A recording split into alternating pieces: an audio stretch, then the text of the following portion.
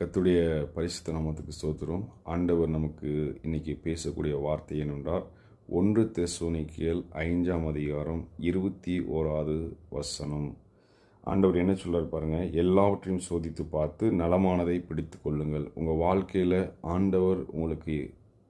ஆண்டவரோடு நீங்கள் தனித்து இருக்கும்போது என்னென்ன விஷயங்களுக்கு சொல்கிறாரோ அதில் நல்ல விஷயங்கள் எல்லாவற்றையும் நீங்கள் முதலாவது எடுத்துக்கொள்ளணும். ஜெபத்தை, வேத வாசிப்பு, ஆராதனை, அவருடைய துதி, இந்த 4 விஷயங்களை எப்போதுமே உங்கள் கூடவே வச்சுக்கணும். ஒரு நாளைக்கு 24 மணி நேரம், அதில் 8 மணி நேரம் தூங்குகிறோம். 5 ஹவர்ஸ்க்கு நம்முடைய வேலைகளுக்காக நம்ம பார்க்குறோம். மீதியான நேரங்கள் நம்ம வேலைக்கு போகிறோம். அந்த வேலைக்கு போகிற நேரங்களும் மீதியான நேரங்களும் ஆண்டவரோடு கூட இந்த 4 காரியங்களையும் நீங்கள் இடைவிடாமல் ஆண்டவரோடு கூட இருக்கணும். 2வது பாருங்கள், பொல்லாத தோன்றுகிற எல்லாவற்றையும் விட்டு விலகுங்கள் அப்படின்னு சொல்கிறார். 22வது வசனம்.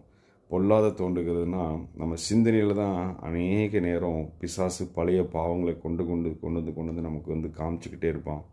அந்த பாவங்களை விட்டு விலகணும்னா ஆண்டவரோடு கூட நீங்கள் இந்த தனித்து இருக்க வேண்டும். உங்கள் பார்வைகளை பொல்லாத பார்வைகள், இச்சிக்கிற பார்வைகள், அதாவது ஆண்கள் பெண்களை இச்சிக்கிற அது ஒரு பெரிய பாவமாக இருக்குது. பெண்கள் இந்த துணி எடுக்கிறதுலையும் நகை வாங்குறதுலையும் இதில் அதிகமாக இச்சிக்கிறாங்க. அது அவங்களுக்கு தெரியல. அது அந்த இச்சையின் பாவத்திலேருந்து அவங்க விடுதலை ஆகணும்.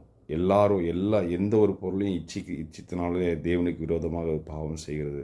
சீரியல் பார்க்குறது பெண்கள், அதுவும் பாவம்தான். அதே மாதிரி ஆண்கள் தனித்து இருக்கும்போது, தனியமை இருக்கும்போது அநேக பாவங்களை செய்கிறாங்க. அந்த பாவங்களை விட்டு விலகணும்.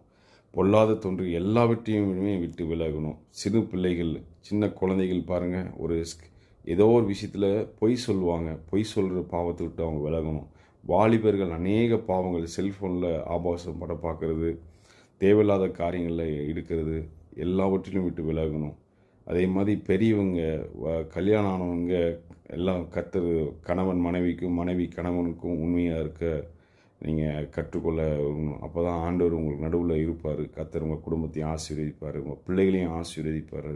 பெரியவங்க, வயசானவங்க, அவங்க வீட்டுக்கு வந்த மருமகளை கர்த்தர் அன்பாக நீங்கள் பார்த்து கொள்ளணும். நம்ம ஜெபித்து விட்டு ஆராதித்து எல்லாம் செய்கிறீங்க, ஆலயத்துக்கு போகிறீங்க, ஆனாலும் உங்கள் மருமகளை நீங்கள் கொடுமை பண்ணக்கூடாது. அதேமாதிரி மருமகள் மாமியாரை எந்த விதத்துலேயும் அவங்களை கொடுமைப்படுத்திடக்கூடாது. மகன் தன் மனைவிக்கு அம்மாவுக்கு செய்ய வேண்டிய காரியங்களை நீங்கள் செய்ய விடணும். அதில் எந்த விதத்துலையும் எங்கள் இடர்கள் பண்ணக்கூடாது. கர்த்தர் இந்த நாள் முழுவதும் உங்கள் கூட இருப்பார் என்று நான் விசுவாசிக்கிறேன். எப்பொழுதும் விழித்திருங்க, ஜெபம் பண்ணுங்கள், இடைவிடாமல் ஜெபம் பண்ணுங்கள். ஆண்டோட வருகை மிக சீக்கிரமாக இருக்குது. எல்லாவற்றையும் விட்டு விலகுங்க. கர்த்தர் தாமே ஆசீர்வதிப்பீராக. ஆமென்.